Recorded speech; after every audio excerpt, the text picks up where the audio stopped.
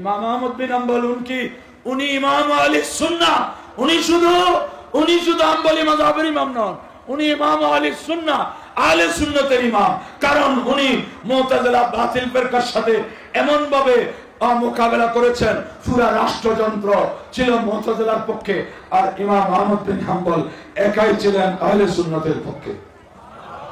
ওনাকে কারারুদ্ধ করা হলো, জেলখানায় পুঁতে রাখা হলো, জেলখানায় ওনাকে শাস্তি দেওয়া হচ্ছে, দৌড়া মারা হচ্ছে, বেত্রাঘাত করা হচ্ছে।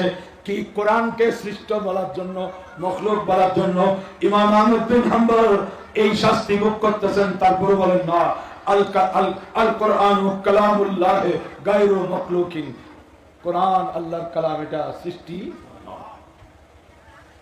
দুই হাত বেঁধে, উপরে রশি দিয়ে বেঁধে বেত্রাঘাত চলছে ইমাম আহমদ বিন হাম্বলের উপর।